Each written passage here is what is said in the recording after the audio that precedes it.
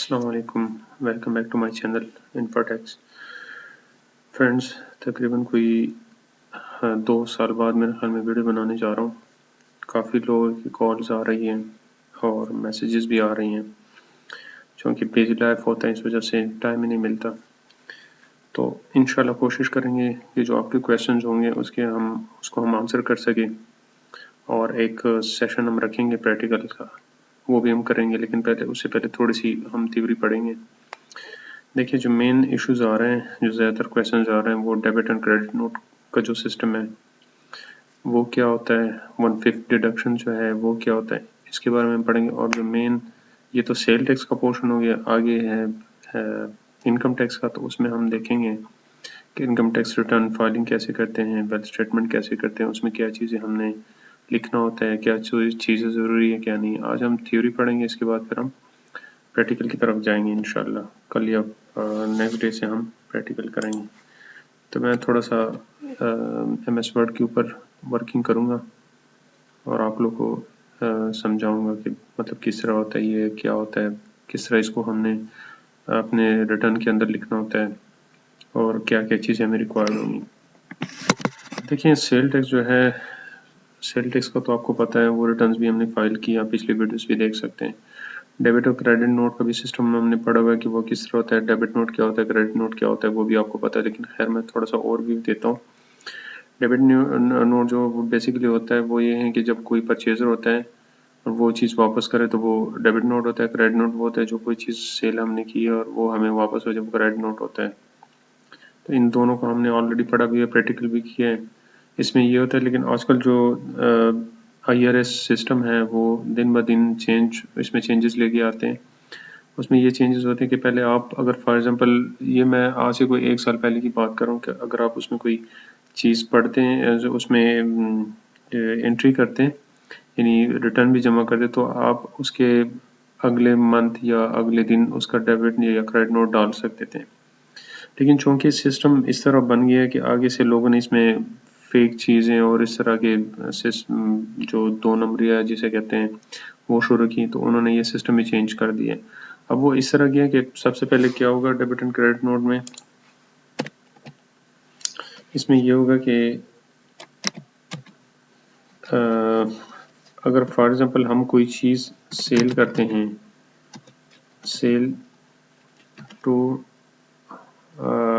ए person, या for example sell to a B person, यानी A from A to B person. तो उसमें क्या होगा कि सबसे पहले जो ए है वो क्या डालेगा, सेल डालेगा, बी जो है वो परचेजेस करेगा। तो उसमें क्या होता है, एक नंबर अलॉट होता है, ठीक है, वो भी हम पढ़ेंगे, नंबर होता है। उसके थ्रू हम क्या करेंगे, वो आइडेंटिफिकेशन एक नंबर होता है, इसके थ्रू हम डेबिट नोट डाल सकते हैं। ठीक है, ये हम सारा कुछ प्रैक्टिकल करेंगे, लेकिन बताने का मकसद ये है कि हम थोड़ा पहले इसको समझ जाएं कि ये क्या चीज़ है। ठीक है, तो पहले ये होता था कि कोई भी सेल एंड परचेज करके उसको आगे से उसमें चेंजेस कर सकते थे। चेंजेस का मतलब है कि वो डेबिट क्रेडिट नोट डाल सकते, लेकिन अब ये उन्होंने कंपल्सरी किया हुआ है कि फॉर एग्जांपल अगर ए ने बी को कोई चीज़ परचेज सेल की है, तो सेलर इसमें कुछ नहीं कर सकता। जिसने परचेज की है वो डेबिट नोट डालेगा, जो परचेजर है वो डेबिट नोट डालेगा, और उसके बाद क्या होगा, जो सेलर है वो क्या करेगा, वो आगे से क्रेडिट नोट इशू करेगा। तो इसके बाद वो चीज़ है वो वापस हो जाएगी। ठीक है, तो ये सिस्टम, ये हम प्रैक्टिकल पढ़ेंगे और इंशाल्लाह आगे इस चीज़ को भी समझेंगे। तो ये इसका debit and credit note system है। ठीक है, इसके बाद आते हैं 1/5 डिडक्शन का। इसके सारे बहुत सारे क्वेश्चन आते हैं, तो ये भी मैं आपको बताऊंगा कि ये कैसे होता है।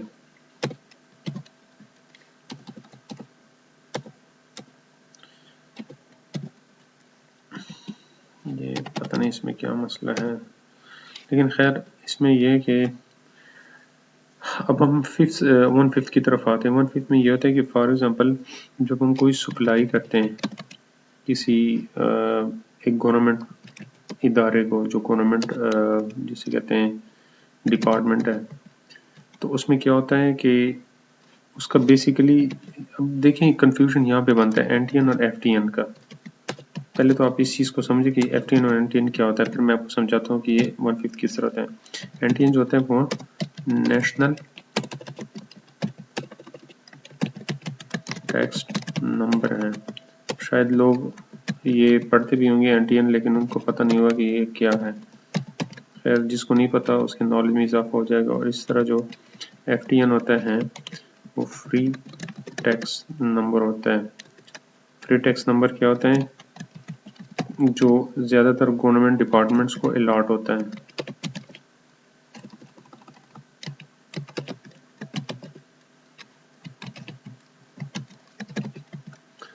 ठीक है, इसमें ये चीज़ें। अब फ्री टैक्स नंबर जो होता है उसमें आप सिर्फ जो आपका 1/5 होता है तो वो सिर्फ एफटीएन में ही आता है। उसमें क्या होता है कि बेसिकली अगर फॉर एग्जांपल हम 100 रुपये की कोई चीज़ सेल करते हैं या सप्लाई करते हैं, सप्लाई, ठीक है, तो उसके ऊपर हमें क्या होता है कि मैं वैसे एक जनरल एग्जांपल दे रहा हूँ। एक चीज़ है जो हमने 100 रुपये की सप्लाई की, उसके ऊपर हमें 18% जो है वो जीएसटी भी यानी उसमें हम इसमें मेंशन करेंगे जो इनवॉइस है, इनवॉइस में, ठीक है। तो वो इनवॉइस हम गवर्नमेंट डिपार्टमेंट को कितने का देंगे, 118 रुपये का। अब गवर्नमेंट डिपार्टमेंट क्या करते हैं, वो कहते हैं कि 100 रुपये तो आपको देगा, उसके ऊपर प्रॉफिट भी देगा। जो 18% है, 18% का वो क्या कहते हैं 1/5 निकाल के, यानी इंटू 1/5 ये निकाल के आपको बकाया रकम दे देता है। यानी 118 में से 1/5 निकाल के जो 18 जीएसटी के ऊपर है वो निकाल के आपको बकाया दे देता है, वो जितना भी बनता है।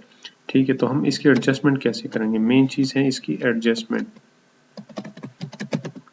तो वो हम प्रैक्टिकल करेंगे, लेकिन मैंने आपको पहले बताया कि वो एनटीएन के ऊपर उसके ऊपर अप्लाई नहीं होता है, यानी इस पे अप्लाई नहीं होता है।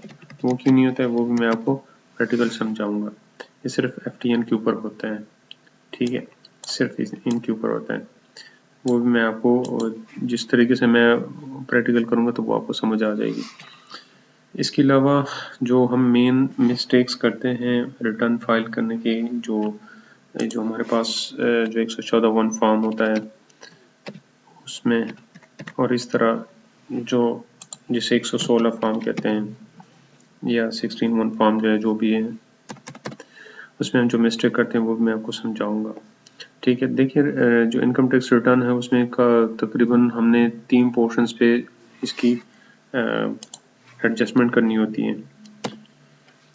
वो किस तरह होता है कि फॉर एग्जांपल हमारे पास जो हमने इसमें पहले स्टेटमेंट बनाना होता है, प्रॉफिट एंड लॉस स्टेटमेंट जो होता है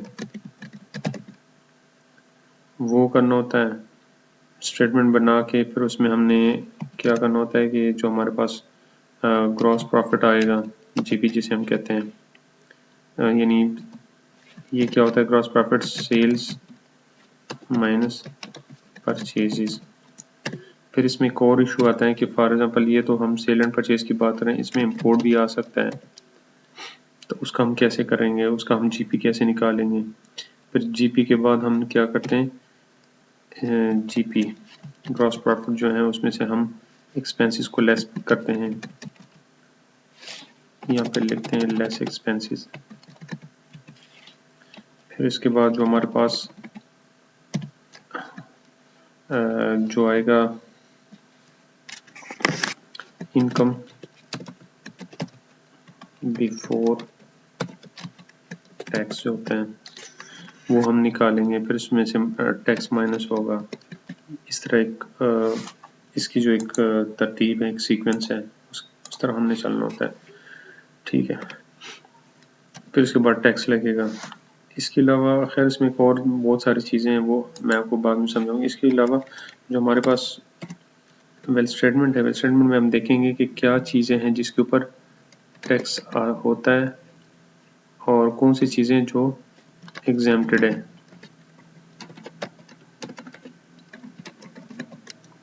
ये हमने देखना होता है कौन सी चीज़ें पर टैक्स है तो कौन सी चीज़ एग्जेम्प्टेड है। फॉर एग्जांपल ये हम देखते हैं कि इसमें हमारे पास आते हैं गोल्ड है, एग्रीकल्चर लैंड है, इनहेरिटेड है, इस तरह बहुत सारी ऐसी चीज़ें हैं जिसमें कुछ एग्जेम्प्टेड भी है, कुछ के ऊपर टैक्स आता है। तो ये सारी चीज़ें हम प्रैक्टिकल करेंगे। इससे रिलेटेड आपको कोई क्वेश्चन हो तो आप बिल्कुल पूछ सकते हैं, कमेंट में पूछें, मैं इंशाल्लाह रिप्लाई करूँगा। और अगर फॉर एग्जांपल इस तरह के क्वेश्चन है जो आपको समझ नहीं आ रहे तो मैं आपको आपके साथ नंबर भी शेयर कर दूँगा। ये तकरीबन काफ़ी अर्से के बाद मेरी पहली वीडियो है। इसके बाद हम जाएंगे प्रैक्टिकल की तरफ और फुल प्रैक्टिकल करेंगे जिस तरह हम पहले करते आ रहे हैं। लेकिन ये वैसे एक ओवरव्यू देना था आप लोगों को कि हम इस हिसाब से चलेंगे। इस रिलेटेड कोई क्वेश्चन हो तो आप कर सकते हैं। इंशाल्लाह नेक्स्ट वीडियो में फिर हाजिर होंगे। तब तक के लिए इजाज़त दीजिए। अल्लाह हाफिज़।